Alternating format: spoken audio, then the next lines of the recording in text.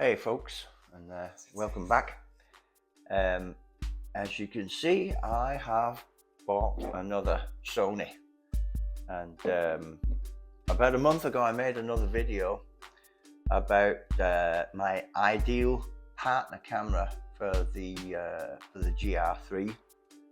For that type of shooting, you're creating street shooting, but with a different criteria. I wanted a compact camera, but with big megapixels and yeah, a compact size, a fantastic lens, but a lens capable of creating great subject isolation on a full frame sensor. In other words, bokeh. And you're not going to get that with a GR3 or a GR3X. And so my ideal camera would have been the Sony RX1R Mark II. Mark II because it includes uh, an electronic viewfinder, and it bumped up the megapixels from 24 to 42, and it was a very, very compact little camera. If you look in my older videos, you'll see that I used to have the RX1R Mark I. I did a long review of that one, 30-minute review, where I looked at the size, the compactness, and what I liked and what I didn't like. But it had a fantastic lens on it, and it was very, very compact. And for me, it was much better than the Leica Q. And the whole Sony RX1R series predates the Leica Q by 3 years. So the Leica Q is a copy, if you like, or it's inspired by the Sony RX1R, and it came out way before the Leica Q. Very, very compact, full frame sensor, fixed lens, and I love fixed lens cameras. But the Mark II version, which was the last one produced, is a bit like unicorn poop, difficult to find.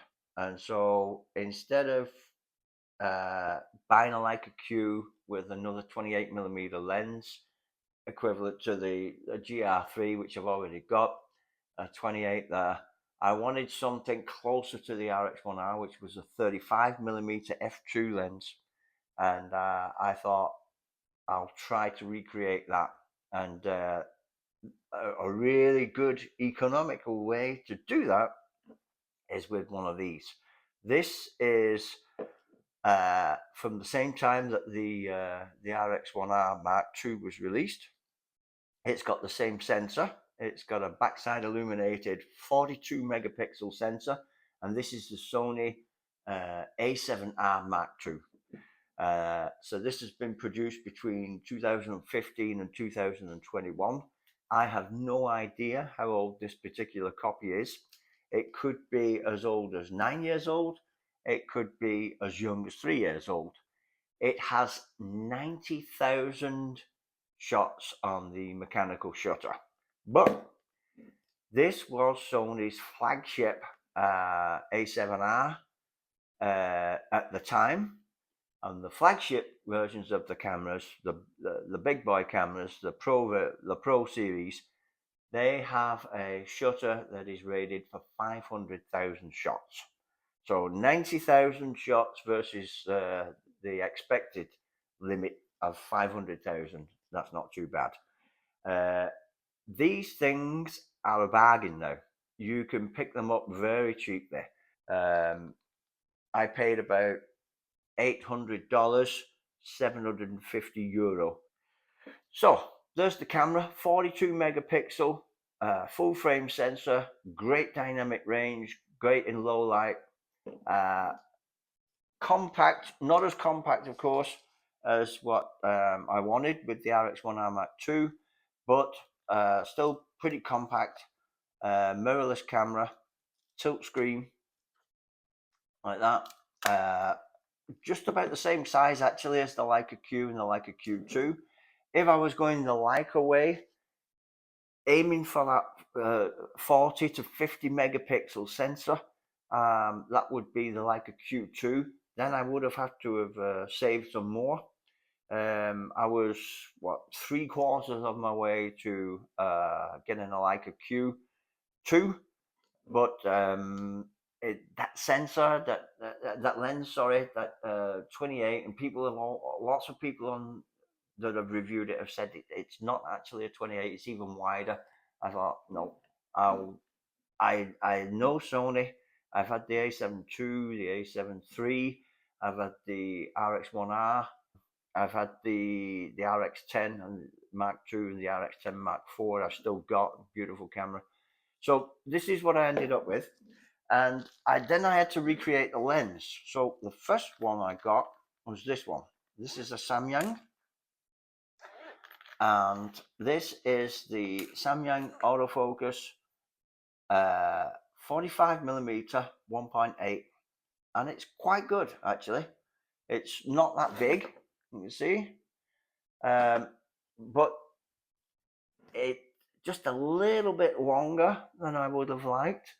And not the build is okay. I think it's kind of like aluminium on the outermost parts, and then plastic. Got a metal mount. Not weather sealed, but quite a nice lens. I did have my eye on another lens. One of the more expensive Sony lenses, the 40mm G series lens, which is at its brightest, it's an f2.5. And so what I did was I started shooting this at f2.5 all the time, and then compared the shots taken at f1.8 with the f2.5, and I actually couldn't see that big of a difference. I couldn't see that big of a difference between the subject separation. I could see a difference between the amount of light getting into the camera. You know, the ISO would maybe jump up just a little when I stopped down to f2.5, or the shutter speed would go a little lower. But all in all, I couldn't see that much of a difference. So that got me thinking, and so I picked one up. One popped up, used. Where I live, there's a great marketplace online in our country that lets me create a search agent. So I can create a search, look for something that I want to buy, and save that search. And then that agent will hang in there. And as soon as somebody puts something up for sale, then the agent will send me a mail and a text message and say, hey, it's come up. The thing you've been waiting for has come up. It happened with this one. I got this one before I picked up the camera because I've used this one before. I've had the 45 and the 75, and they've both been very good lenses. For the money, they're excellent. The Samyang, I paid $201 for this. The new price, if you look at something like B&H, then the new price is $300. The local prices where I live are quite expensive on this. They haven't quite caught up to the proper price. They were around $400 where I live, but $300 on B&H in the USA, and I paid $201 for this one. Used, of course, but in great condition. And then this one popped up, and this is the Sony G series 40mm f2.5, and it is fantastic. The new price of this one in somewhere like B&H in USA is $600. I got this one for $450 used, in perfect condition. And when I say used, the owner had used it a couple of times and thought that focal length is not for me, and he didn't return it on time. So this is the lens, and I'll just show you what it looks like when it's on the camera, and it is very nice. So I usually shoot this one now wide open, and there you go. It's got quite a horrible looking lens hood. That's what it looks like without the hood. You've got a nice clicky aperture ring here, kind of like the the RX1R. You've got autofocus, manual focus button there. You can declick the aperture ring with this one. I like the clicks to know what I'm on. And you've got a focus hold button right here. So it's a nice, well-equipped lens. And the reviews of this lens have been positive across the board. If you check out YouTube and search for a 40mm lens, just put that in as you search, and you'll find that this focal length, people are going crazy about it. Canon are on board now, Nikon are on board, lots and lots. And of course, there's the Ricoh GRiii, which is a 40mm equivalent as well. So yeah, this is my new camera. I couldn't wait any longer. I wasn't going to be able to get an RX1R Mark II at a price I was willing to pay for a camera that old. And these things are half the price. So this kit right here, we're talking $450 plus, what did I pay? About $800. So $1,250 for this. 42 megapixel full frame sensor. The lens is very, very nice. And I'll finish off by showing you some images taken with the Samyang at f1.8, the Samyang at f2.5, and also the Sony at f2.5 wide open. And just so you can get an idea of the subject isolation, the separation, and the bokeh. And that is exactly what I was going for. So now I've got 42 megapixels, tons of cropping power. 42 megapixels gives you an image of 7,952 by 5,304. That's a big image, lots to crop. So this lens is just fantastic for that. So that's it. That's what I ended up with.